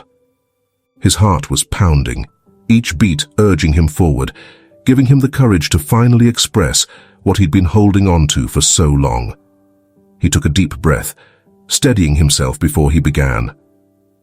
"Grace," he said, his voice barely above a whisper, his words laced with vulnerability. "I can't keep hiding how I feel. The truth is, I'm in love with you." The words hung in the air between them, heavy with emotion, and for a few seconds, time seemed to stand still as Grace processed what he'd just said. Daniel's heart raced, his mind filled with a mix of hope and fear, wondering if he'd made a terrible mistake by speaking his truth. But instead of withdrawing, Grace's face softened even more, her eyes shining with a warmth that gave him all the reassurance he needed. "I'm in love with you too, Daniel," she confessed, her voice full of a quiet, unwavering honesty. "I've been feeling this way for a while now, but I was afraid of what it might mean for us, for everything we've built together." A relieved, emotional laugh escaped from Daniel, breaking the tension that had gripped him. "I've felt the same way," he admitted, his voice tinged with relief. "But I can't pretend anymore. I don't just want us to be colleagues or friends. I want something real with you, something more." Grace's eyes met his, and she gave a small nod, her smile full of hope and understanding. "I want that too," she whispered, her words barely audible. "I think we're finally ready for this. For something that's truly ours." They sat there, caught in each other's gaze, leaning in as they closed the small distance between them. Daniel's heart nearly stopped as their lips met in a soft, lingering kiss, full of the emotion they had both kept hidden. In that instant, every wall they'd built, every doubt, every fear, melted away, leaving only the raw, undeniable connection they shared. After the kiss, they pulled back slightly, exchanging a look that said everything words couldn't. Daniel wrapped his arms around her in a tender embrace, a silent promise of what lay ahead for them. From that day forward, their relationship blossomed naturally, each moment bringing them closer together. They spent time outside of work, exploring the city, sharing dinners, and enjoying the simple pleasure of each other's company. Every shared experience deepened their bond, allowing them to see new sides of each other that made their connection even stronger. At work, they remained professional and focused, though anyone observing them could sense a new light in their eyes, a bond that had grown undeniable. Together, Grace and Daniel made it clear that their commitment to the project would never waver, despite the love they had found in one another. The bond between them was undeniable, and it fueled their shared dedication to making the project succeed. Over the months, they watched as their hard work transformed the community. The project achieved remarkable success, opening doors for people who once struggled to find employment or personal growth. What had once seemed impossible was now a reality for many. As the project expanded into neighboring areas, the company's reputation grew. It became known for its positive, sustainable impact, and the board finally recognized the value Daniel brought to the table. They fully reinstated him in his leadership role, a decision even Mr. Lindsay, one of his toughest critics, openly supported. In a meeting, Mr. Lindsay commended Daniel, a rare act for him. "Daniel, you've proven that change is possible. This project's success is a testament to your commitment and vision. I'm proud to say you've truly become a leader." Daniel accepted the praise humbly, reflecting on how long and challenging the journey had been. He glanced at Grace, who sat beside him, and his heart swelled with gratitude. He knew she had been his anchor through it all, a constant source of strength that made every hardship bearable. Their relationship outside of work continued to deepen. They were truly happy together, and Daniel realized he wanted to build a future with Grace. Anna strolled gently through the park. She hadn't visited in such a long time because the memories it held were too painful for her to confront. In the past, she enjoyed blissful walks here with her entire family, a simple joy she had taken for granted. Anna and Matthew shared a love that was deep and unyielding. They had faced many challenges together, like coming to terms with the fact that Matthew's battle with testicular cancer would prevent them from having biological children. Anna herself had suffered 2 miscarriages, yet despite these setbacks, their bond remained strong. Their home was filled with love, laughter, and joy, setting an example for many that love can overcome even the toughest obstacles. As time passed, Anna marked her 40th birthday and Matthew his 44th. Though they never openly discussed it, both longed to hear the laughter of children in their home, to feel the hustle and bustle of tiny feet. They decided to adopt. At the children's home, among many hopeful faces, a lively 3-year-old named Destiny captivated Anna. Despite her limp, Destiny's radiant smile and boundless energy touched Anna deeply. This spirited little girl, who faced her own set of challenges, seemed perfect for them. Anna felt an instant connection, as if Destiny was destined to be their daughter. A young girl with thin, slightly bent legs approached them. She might have been struggling to walk, but her eyes, large and intensely blue, bore into them with an innocent seriousness. Overwhelmed with emotion, Anna knelt down to meet her gaze. "Hello? My name is Anna. What's your name, sweetie?" The little girl examined Anna closely. After a few thoughtful moments, she gently wrapped her arms around Anna and whispered, "Mama." Subtly, Anna felt a tug. It was the director of the home. "Mrs. Myers, we need to move on." A teacher gently tried to separate the girl from Anna, but the little one became distressed. Anna's heart felt heavy and constricted. Once they were a bit further away, the director spoke hastily. "I'm so sorry. Destiny has some health issues. We can find you another child, a healthy one." Anna pulled her hand away from the director's grip and looked towards Matthew, trying to read his expression, which remained inscrutable. Without a word, Anna quickly headed towards the exit. That day marked the end of her inner tranquility. She was haunted by the image of the little girl, unable to eat or sleep. The child's cries echoed constantly in her ears. After watching Anna's anguish for 2 weeks, Matthew finally broke the silence. "Anna, please tell me what to do. How can I help?" She looked up, eyes red and swollen from tears. "Please, find out what's happening with that girl." Matthew stared at her in disbelief. "Is all this pain because of her?" Tears flowed freely down Anna's face as she replied, "Matthew, she appears in my dreams every night. Her cries are the only thing I hear. It's tearing me apart." He didn't respond with words. Instead, he embraced her tightly, offering silent comfort as they sat together, lost in their thoughts. The following day seemed just like any other until Anna received a mysterious phone call. "Anna, come quickly. We're at the cafe in the park." Before Anna could ask who "we" were or why they were there, Matthew had already hung up. What's he doing there? And who's with him? Anna pondered, feeling a mix of confusion and concern. It was out of character for Matthew to be so cryptic. A sinking feeling in her stomach made her pray for his safety. Whatever the situation, she just wanted him to be all right. In a stroke of bad luck, an accident had clogged the roads, making it impossible to get a taxi. Without any other option, Anna decided to run. She dashed through the crowded streets, dodging pedestrians and weaving through traffic until she reached the park. Racing to the cafe on the far side, she hastily pushed open the door, trying to compose herself as she entered. And there, to her astonishment, was Matthew seated by a window. Opposite him was the little girl from the orphanage, happily enjoying an ice cream cone, attempting to converse with Matthew.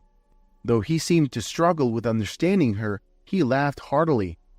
Anna approached him, her steps slowing as she neared the table. As Matthew looked up and saw her, Destiny's eyes followed, lighting up as she greeted, "Mommy." From that moment on, Anna and Destiny became inseparable. Taking a deep breath, Anna turned to Matthew, her voice filled with emotion. "Now that she's here, I hope you understand. I can't bear the thought of letting her go, of hearing her cry again. Please, we need to do something. I know we can make this work." Over the next few years, Anna and Matthew, fueled by love and determination, sought out the best pediatric clinics for Destiny. They were committed to one goal, to ensure Destiny could walk without any discomfort. Their hard work, coupled with many treatments and relentless perseverance, bore fruit. Destiny no longer walked with a limp, and the hardships she once faced faded away like a distant memory. Although Destiny held immense love for both her parents, Anna couldn't help but notice her slight inclination towards Matthew. Maybe it was a father-daughter bond, or perhaps just Destiny's nature, but she always eagerly awaited his return from work and missed him dearly when he was away. Anna's heart would sometimes twitch with jealousy, seeing the affectionate embraces and kisses Destiny showered upon Matthew when he came home. Her feelings would inadvertently reflect on her face, not escaping Destiny's perceptive eyes. Sensing her mother's emotions, Destiny would quickly run to Anna, reassuring her with, "Mommy, I love you so much, and I love Daddy too." These genuine expressions of love from Destiny were always enough to wash away any of Anna's fleeting feelings of jealousy. A few months into Destiny's life with them, Anna often wondered how they ever lived without this precious child in their lives. The thought that their path might have never crossed was unfathomable. By the time Destiny turned 6, she was firmly rooted in the belief that she was born into this family and that Anna and Matthew were her true parents. Around the same time, Matthew received an enticing job offer in a different city, a promotion in fact. The decision before them was significant. The couple decided to take up the job opportunity without much hesitation. However, one of their main concerns was the close-knit nature of smaller towns. They worried that someone might inadvertently reveal to Destiny that she wasn't their biological daughter. In smaller communities where everyone knows everyone else, secrets have a way of coming out. Upon their move, Destiny quickly blossomed into her new environment. She emerged as one of the school's star students, excelling academically and taking part in a myriad of activities. Her days were filled to the brim, balancing her studies with hobbies and extracurriculars. Despite her busy schedule, Destiny remained a loving and caring daughter. For Anna and Matthew, the line between adopted and biological had blurred a long time ago. They loved Destiny with every fiber of their being and felt as if she had always been a part of their lives.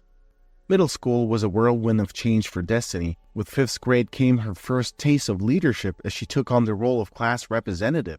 But it wasn't just academics and responsibilities that marked his face. Destiny's head was often in the stars. Her newfound love for astronomy saw her spending countless nights with her telescope, admiring the celestial wonders and dreaming of distant galaxies. High school was an intricate tapestry of experiences for Destiny, navigating the maze-like corridors, teeming with older students, discovering her persuasive voice in the debate club, and forming deep bonds defined these years. It was during 10th grade that she met Maya. The two quickly became inseparable, their friendship providing solace amidst the high-pressure environment of late-night study sessions, exam preparations, and the flurry of prom night planning. But as graduation day dawned, Destiny, who once sported innocent pigtails in her younger years, had evolved into a poised young woman with dreams extending beyond the constellations. The day was destined for celebration, making the end of an era and the beginning of new adventures. But fate had other plans. Amidst the crowd, a mysterious woman approached Destiny. With eyes filled with years of untold stories and a voice that trembled with emotion, she introduced herself as Destiny's birth mother. As she unraveled tales of her trials and the gut-wrenching decision to let Destiny go, the young graduate was awash with a flood of emotions. "Why didn't they ever tell you?" the woman asked, her voice dripping with a mixture of accusation and sorrow. "Shouldn't you have known? They kept it a secret from you." Torn between shock, betrayal, and curiosity, Destiny's joyous day took a dark turn. The woman, sensing her vulnerable state, urged Destiny to join her, enticing her with promises of truth and introduction to a life she had been oblivious to. Destiny, struggling to process this avalanche of revelations, looked deep into the woman's pleading eyes. The celebratory atmosphere of graduation faded for Destiny, replaced by a storm of confusion and sadness. That evening, she sought answers from Anna and Matthew. Understanding the weight of the situation and the inevitability of the truth surfacing in today's digital age, they decided it was time for an open and heartfelt conversation. She felt overwhelmed and unsure of how to broach the subject, but with everyone present, she took a deep breath and began. "Mom, Dad, who was that woman I met earlier today?" The room was heavy with silence. Anna and Matthew exchanged glances, their face betraying a mix of fear and guilt. Destiny's heart raced as she awaited an answer, their silence confirming her worst suspicions. Swirling emotions threatened to overwhelm her. Anger, confusion, betrayal, they all fought for dominance. But before the emotions consumed her, she pushed for clarity. "I love you both so much. You're my world. But why hide the truth from me?" Matthew took a deep breath, his brow furrowed as he sought the right words. "We didn't deliberately lie, Destiny. We chose to withhold information that we felt might hurt you." "Withhold?" Destiny's voice rose, and she began pacing, her agitation clear. "So now, how should I feel, knowing that another woman has been out there, yearning for me, mourning for me, while I lived in blissful ignorance?" Anna hesitated before saying, "We can't be certain that everything she told you was accurate, Destiny." But the rift had already formed. Destiny grew distant, often coming home late or not at all, claiming to be at a friend's. Anna's suspicions grew. She believed Destiny might be seeing her birth mother. Destiny began to shut herself off entirely, not uttering a word to either parent. Matthew tried time and time again to bridge the gap, but each attempt was met with an icy wall of indifference. The atmosphere at home was stifling, a stark contrast to their once harmonious life. Words were exchanged sparingly, mostly about household necessities. To add to the pain, Destiny faced taunts from her peers about her adoption. "One day you were hungry and homeless, and then they took pity on you." Particularly spiteful classmates sneered at her one day. Then a heartbreaking day arrived. Destiny vanished, taking with her all the valuables from their home. All she left behind was a note for Anna and Matthew. "I'm going where I'm needed. My birth mother is sick and penniless. I need to be there for her. Don't search for me. You managed without me once, you can do it again." And that was the moment Anna's world shifted once more. Feeling numb and hollow since Destiny's departure, Anna had lost her purpose. Friends couldn't understand why Anna and Matthew never tried to find Destiny, but Anna believed in respecting Destiny's choices. A glimmer of hope arrived in the form of a letter and a photograph. It showed Destiny, radiant with happiness, standing beside the mysterious woman. The accompanying note conveyed Destiny's newfound joy with her biological mother. This revelation, while comforting, couldn't stave off life's harsh realities. The stress took its toll on Matthew, leading to 2 heart attacks in quick succession. Just like that, Anna found herself alone. Years of solitude made Anna retreat inwards. The walls of her home echoed the deafening silence of her heartache, pushing her outside for solace. She'd often walk by that memorable park, the site of countless family memories, but she couldn't muster the courage to step inside. One day, engrossed in her thoughts, Anna was jolted back to reality by a tug on her sleeve. A frail girl, no older than 10, was returning Anna's dropped wallet. The child's ragged clothes and thin frame indicated neglect, sparking a protective instinct in Anna. Anna tried to engage her in conversation, but the girl's silence and gestures suggested she might be deaf or mute. "Want some ice cream?" The girl's eyes lit up with a nod. They approached the nearby stall, and Anna ordered ice cream along with some cookies. As Anna rummaged through her wallet to pay, the girl's gaze fixed on a photograph tucked inside. She pointed to the image and whispered, "Mama," her eyes filling with tears. Startled, Anna asked, "What's wrong, sweetie? Why are you crying?" But the girl only repeated, "Mama," her voice choked with emotion, her fingers still directed at the photo. Anna, confused, tried to comfort her. A small crowd began to gather, their expressions a mix of concern and curiosity. A woman stepped forward, gently patting the little girl's back. "That's Sally," she informed Anna. "She lives on our street. Her mom, Destiny, is in the hospital, and her grandma isn't really looking out for her. She's been wandering about, probably looking for her mom. A neighbor's dog frightened her some months ago, and she's been quiet since. Destiny has been trying to handle everything, but it's clear Sally needs medical attention." Anna gasped at the mention of Destiny's name. "Please, can you take me to Destiny?" she implored. Inside the hospital, Destiny sat on a bed, grappling with the pain from her appendicitis.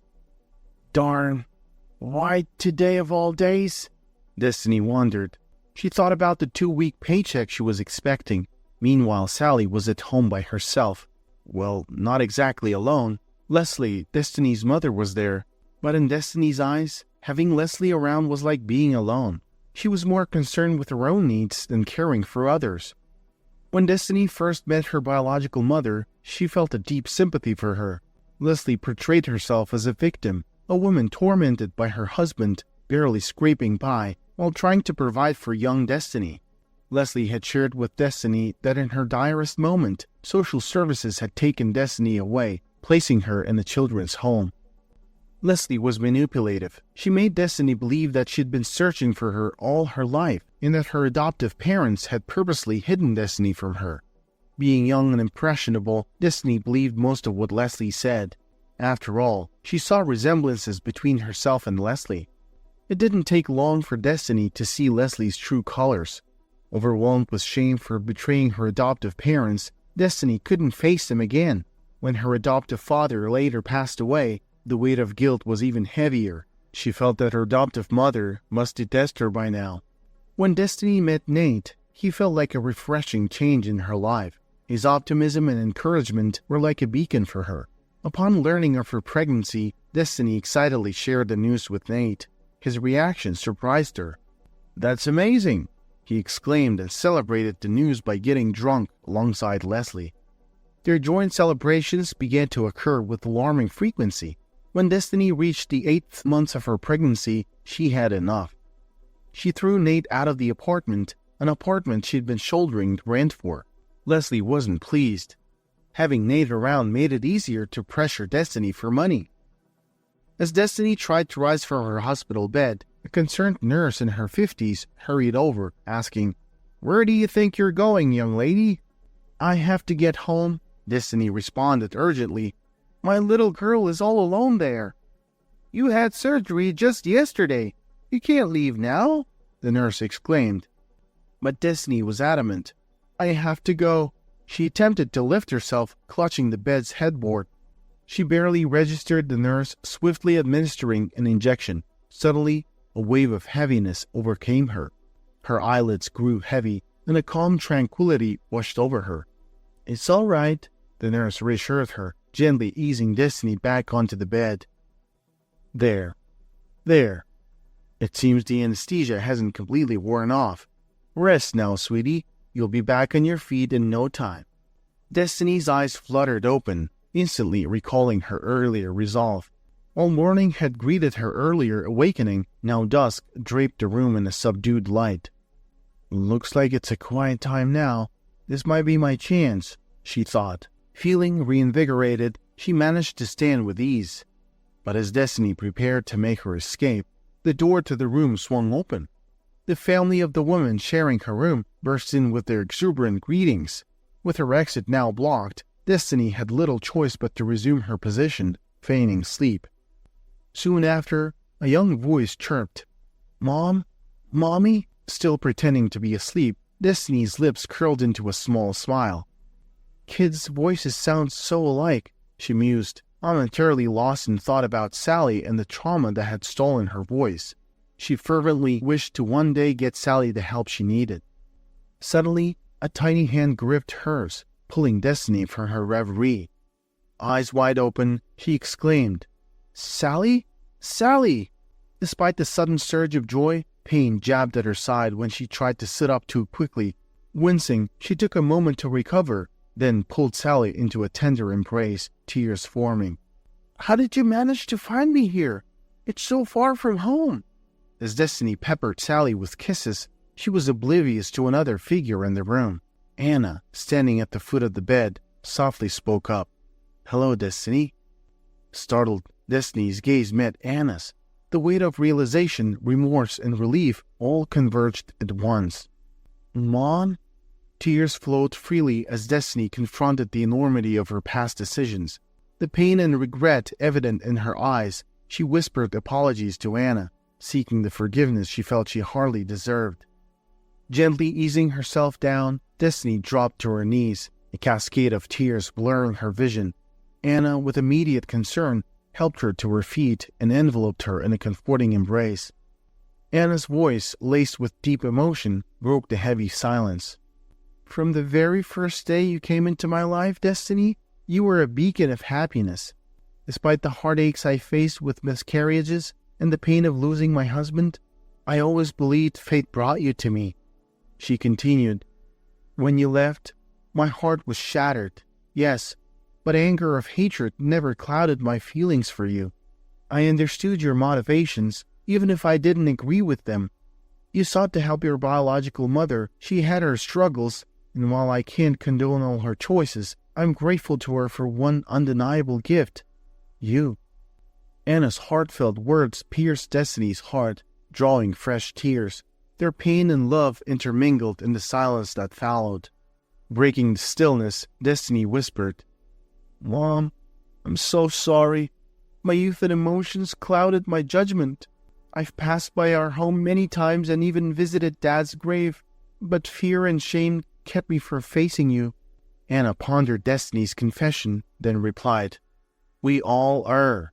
Some mistakes just weigh more than others. Yet rarely are these missteps entirely our own doing. I want you back home, Destiny. You remain the most precious part of my life, regardless of past actions." Days later, as Destiny prepared for discharge from the hospital, Sally clutched her side, adorned in a new, beautiful dress. Standing beside them, Anna looked visibly rejuvenated, as if a weight had been lifted from her shoulders. "Ready to head home, you two?" Anna's voice carried a warmth that felt like the embrace of a blanket. "Absolutely! Home! Grandma! Mommy!" Sally cheered, her eyes sparkling. The car journey began in a cocoon of quiet, but soon Sally, with the curiosity of a child, began bombarding Anna with questions. Anna responded to each with patience and love. Eventually, Sally's gaze turned to Destiny. "Mommy, why haven't we ever been to Grandma Anna's house before? I really want to spend time with her." Caught off guard, Destiny struggled to find words. Anna, sensing the tension, swiftly intervened. "Honey, your mommy was taking care of Grandma Leslie for a while." Sally's face crinkled in displeasure. "I don't really like Grandma Leslie." "Why do you say that, sweetie?" Destiny inquired, her voice filled with concern. "She often says mean things to me." Anna, ever the peacemaker, chimed in. "Sweetheart, Grandma Leslie has had her own struggles. She might have had bad days, but I promise she won't hurt you anymore." Reassured, Sally's attention shifted outside, her eyes dancing over the whirl of colors and shapes passing by. Arriving at Anna's welcoming abode, Sally's youthful energy propelled her out of the car and towards the house. Destiny, filled with emotion, walked up to Anna, wrapping her in a heartfelt embrace. After a few beats, she pulled away, eyes glistening. "Thank you, Mom. Truly, for another chance. Destiny and Sally began their new chapter in Anna's cozy home. Though the early days were filled with adjusting and settling in, Destiny couldn't push away the thoughts of Leslie, her biological mother. The past pains still lingered, but as weeks turned to days, Destiny's concern for Leslie grew. Days into their stay, Anna broached the topic of Leslie, suggesting perhaps it was time Destiny informed her of their whereabouts. Nervously, Destiny penned a letter to her birth mother, sparing Anna the details of its contents. With Sally's birthday around the corner, Destiny tried to divert her mind. She hoped that immersing herself in birthday preparations would help her move on. One afternoon, Anna went shopping, gathering groceries and picking out colorful wrapping paper for Sally's birthday gifts. As she exited the store, a familiar yet disheveled figure caught her eye. A woman, looking forlorn, held a plastic cup with a few coins, her eyes cast down. Drawing closer, Anna recognized the woman as Leslie. Though many would expect Anna to feel anger or resentment towards Leslie, she felt only compassion. Leslie's current state was a stark contrast to the stories she had heard. That night, the warm glow of Anna's dining room was punctuated by the delicious aroma of dinner. Destiny, Sally, and Anna worked together, laughing and chatting as they prepared salads and decorated a birthday cake. The house echoed with love and understanding, the kind only family can provide. The table was adorned with vibrant dishes, and the room was filled with the scent of freshly baked bread and the tantalizing aroma of the dinner. Anna paused for a moment, glancing at her wristwatch, then at Destiny and Sally with a mysterious twinkle in her eyes. "All right, everything looks wonderful," Anna said with a smile.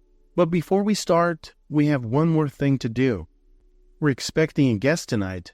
I know it might be hard, especially for you, Destiny, but it's time to let go of the past and focus on the future." Curiosity and a hint of apprehension filled Destiny's eyes as Anna walked to the front door. When it swung open, standing there was a figure Destiny immediately recognized, but she appeared so different. It was Leslie. Her hair, previously unkempt, was now neatly tied back. Her clothes, while simple, were clean, and her posture showed signs of weariness. Yet the most striking change was in her eyes, which reflected a mix of hope and uncertainty. Destiny's heart raced as she took in the sight of her biological mother, transformed yet unmistakably the same. When Anna ran into Leslie outside the store, they ended up talking for a while. Leslie opened up about the wrong choices she had made and admitted she had hurt many people. With tears in her eyes, she told Anna she was ready to walk away from their lives forever if that's what Anna wanted. She sincerely wished for forgiveness, not necessarily to be part of their lives again, but to know that there was a chance for a fresh start somewhere else. Anna, ever the compassionate soul, looked into Leslie's tear-filled eyes and spoke from the heart. "You know, Leslie, forgiveness is a powerful thing. It doesn't mean that what you did was okay, but it means that we're choosing love, understanding, and a new beginning over holding on to past hurts." Leslie, shaking slightly from the weight of her regrets, could barely find her voice. "I don't deserve it. After all I've done, after the mess I've made of Destiny's life, and yours." Anna gently placed a hand on Leslie's arm. "It's not about deserving. Everyone has the capability to change, to grow. It's about recognizing your mistakes and genuinely wanting to make amends. I can see that in you now." Leslie broke down. "I've been so lost, Anna. I've hurt so many people, especially Destiny and that little girl. I want to change, but I don't know where to begin." Anna, with a kindness that came naturally to her, said, "Let's start with dinner tonight." Anna, always one to see the good in others, felt that Leslie, despite her past, was truly remorseful. She believed that everyone deserved a chance at redemption, even Leslie. Seeing the worn-out woman in front of her, Anna made a spontaneous decision. She decided to help Leslie, not just with kind words, but with actions. They first stopped by a nearby clothing store. Anna picked out some comfortable yet stylish clothes for Leslie, wanting her to feel confident and valued. Next, they headed to Leslie's rundown apartment. The place was cluttered, and it was evident that Leslie had been struggling. With a gentle voice, Anna told her to gather her things.